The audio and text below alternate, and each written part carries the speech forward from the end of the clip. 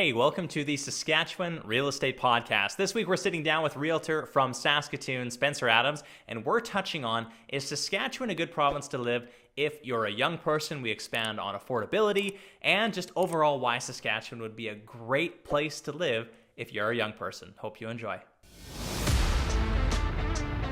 This is the Saskatchewan Real Estate Podcast, the show that highlights Saskatchewan real estate. Looking to buy your first house, your next investment property? Subscribe to never miss an episode. Here's your host, Ron Caroni. Hey, welcome back to the Saskatchewan Real Estate Podcast. I'm your host, Ron Caroni, and today we are talking about the beautiful province of Saskatchewan. We love to focus that specifically here on the podcast, but really importantly, why it might be a good place for a young person who's looking to live here. And joining me to help explain that is young realtor Spencer Adams. Spencer, how are you today? I'm doing good, Ron. How are you doing? I am doing fantastic. Thanks so much for taking the time to share a little bit about your experience with Saskatchewan and kind of your take on why it is a good place to live. And I think you're uniquely positioned because I know you're a very trendy guy, Spencer, and I'm really looking forward to your take on this topic. But before we get into it, just give me a brief overview of you as yourself as maybe a realtor and just a little bit of your real estate experience.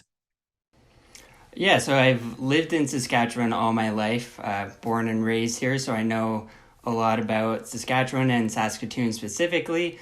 And then I've been a realtor for about a year and a half now, so still kind of new to the real estate game, but that's not necessarily a bad thing, you know? I got fresh takes on everything. And then, yeah, I think just the most interesting part about real estate to me is just kind of finding out how different demographics and different generations, how real estate changes for them and how I can best help young people to be able to afford real estate and figure out what their real estate goals are. Yeah, and please just expand for me. I know you have also a specialization in interior design. You have an eye for that. So just give us a little overview of your past experience with that as well. Yeah, so before real estate, I didn't really know what I wanted to do coming out of high school, if I'm being honest. So I went into interior design first because I walked into an IKEA for the first time when I was 18 and decided, hey, I kind of like this. So then, then I went into interior design. And then from there, I went into home staging. So I'm actually certified in home design and home staging.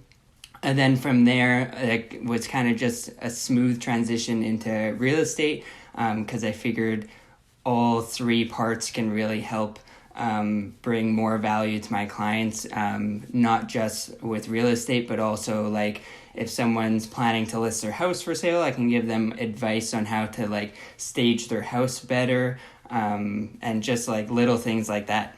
Beautiful. Yeah, what an attribute to have. And that's super connected to currently what you do. But let's get right into it, Spencer. We're chatting today about what makes Saskatchewan a great place to live for millennials. So just touching on a little stat that you gave me here, according to the 2021 census, more than half of the province's population is below the age of 40.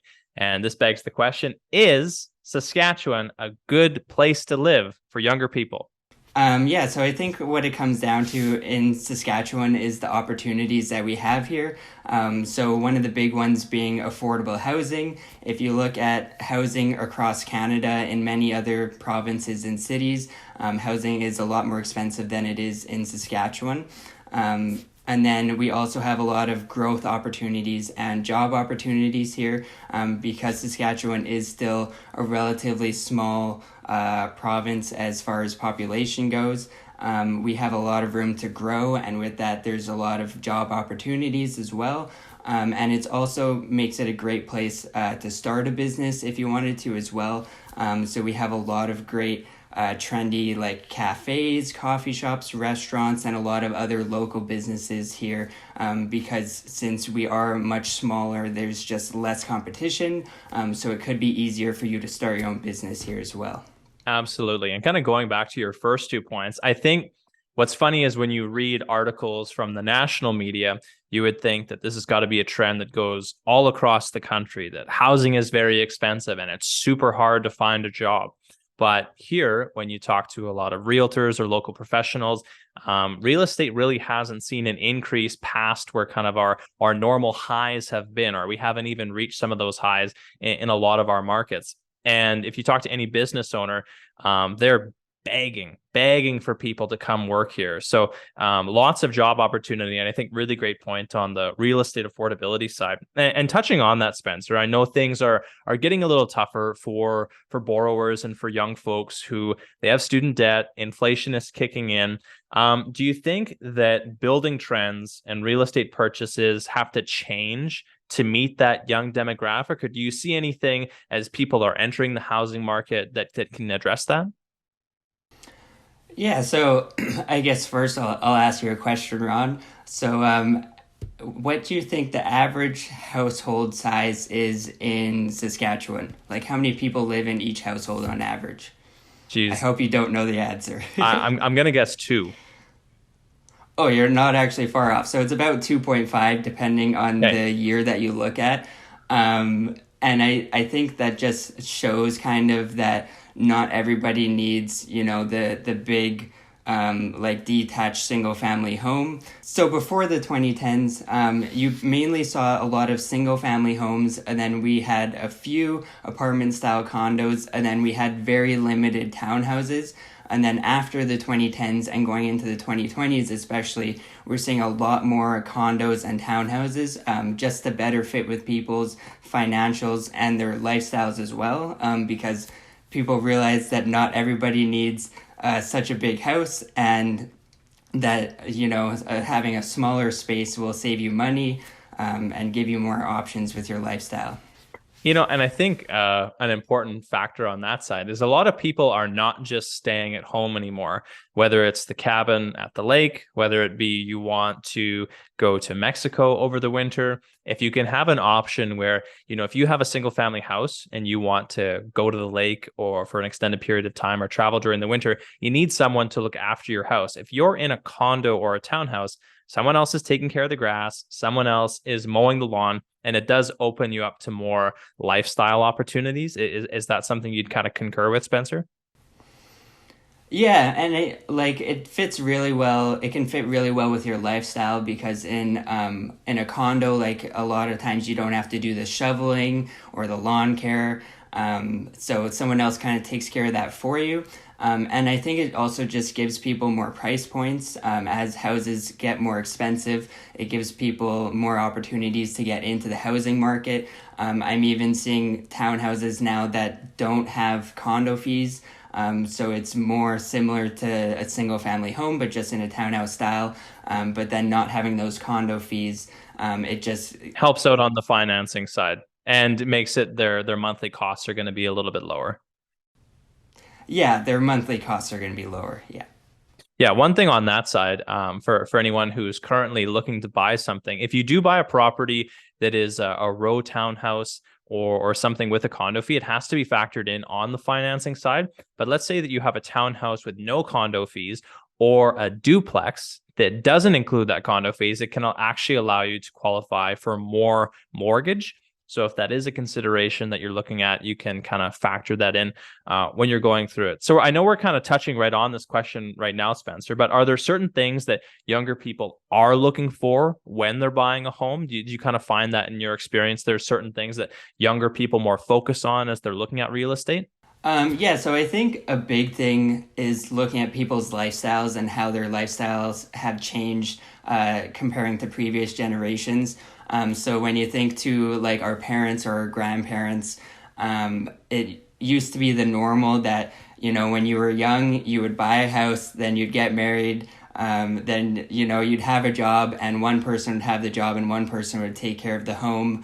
And you would do all of this at a really young age. But now people's lifestyles are kind of changing. People are buying a house at an older age. People are also waiting a bit longer to have kids. So then if you're having kids at a later age, then you don't really need as much space. As well as when you look at people in a couple, both people are having to work in a lot of cases. So it leaves less time to be at home if both people are at work. So you don't really need as much space. as well as if both people are working, people don't really want to have as much maintenance and cleanup to do at home. So having that less space at home just helps kind of with your overall lifestyle. So having more convenience as a couple is sometimes more important, or getting more important for folks than having that single family home, if you can find a way to offload some of that work. I also did want to quickly touch on this. That, I'm probably guessing that basement suites are probably becoming much more prevalent as we have seen interest rates rise, and people do need maybe a little bit more of a mortgage helper. Can you touch on basement suites or potential like added income that people are looking for? Is that something that you see people are asking more for? Yeah, I'm actually seeing like a lot more people wanting kind of the basement suite. So then it just gives you more flexibility, so you can live kind of upstairs and they can live in the basement. And it just helps to cover your rent, or it just helps to cover your mortgage, as it seems mortgage rates are always constantly rising. So it just helps to be able to get you into the house that you want. And you don't have to rent out the basement suite forever, like once your mortgage is covered or as much as you want it to be, then it kind of gives you more of the space in the house once it's covered. Opportunity for renovation. Yeah, I'm really seeing that right now with folks, that when they're coming in on the qualification standpoint, that as rates have risen, they've been priced out of the home that they would like to live in. And so as a way to kind of mitigate that, you can get in at a higher price point if you have a basement suite, as we're able to use that money to add back from the legal basement suite, or even if it's a non-conforming suite. Some lenders will allow us to use that income to help us get that mortgage amount up to where they need. And then they also have the benefit of having that rental income to help them afford the mortgage. So let's just touch on the province's affordability when comparing it to the rest of the country. Let's touch on, when we're looking at Saskatchewan versus the other provinces, what are we looking at from an affordability standpoint?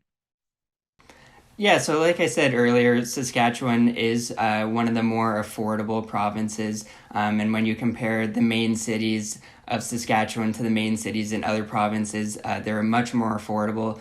So when you look at Saskatoon, the benchmark price each month tends to be around the mid to high 300s, which is a lot lower than other cities in other provinces. And then Regina can be slightly lower than even Saskatoon. And then we also just have a lot of smaller cities and smaller towns that surround Saskatoon and Regina. So it gives you even more affordability, that you can live close by to a city and just be able to afford more outside of the city. Right. It's almost laughable about how much more affordable our real estate is when we compare it to places like Vancouver or Toronto, where for a single family detached home, like you're looking at $1 million+.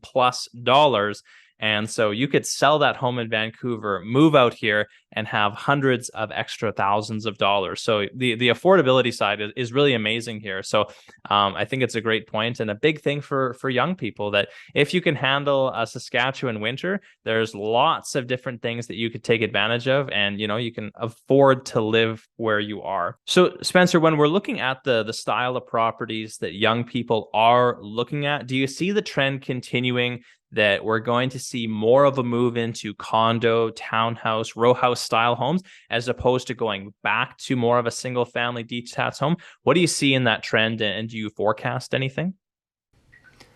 So I think single family homes will always sort of be a thing, but it's just giving people more options to better fit with their lifestyle. So even if you look at in the past, much older houses used to have like these really big lots. And then people realized, they didn't need that much space. It's just more upkeep. And then so a lot of them got subdivided into smaller lots, and then like newer lots have just been smaller.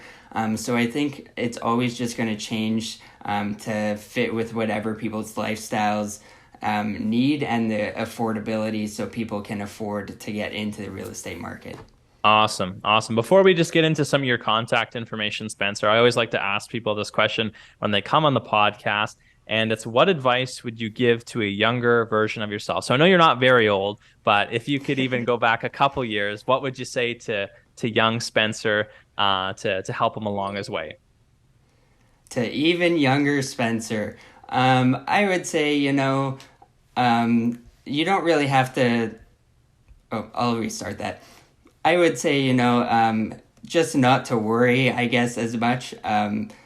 People can be stressed out about a lot of things that will end up working out in the end anyways.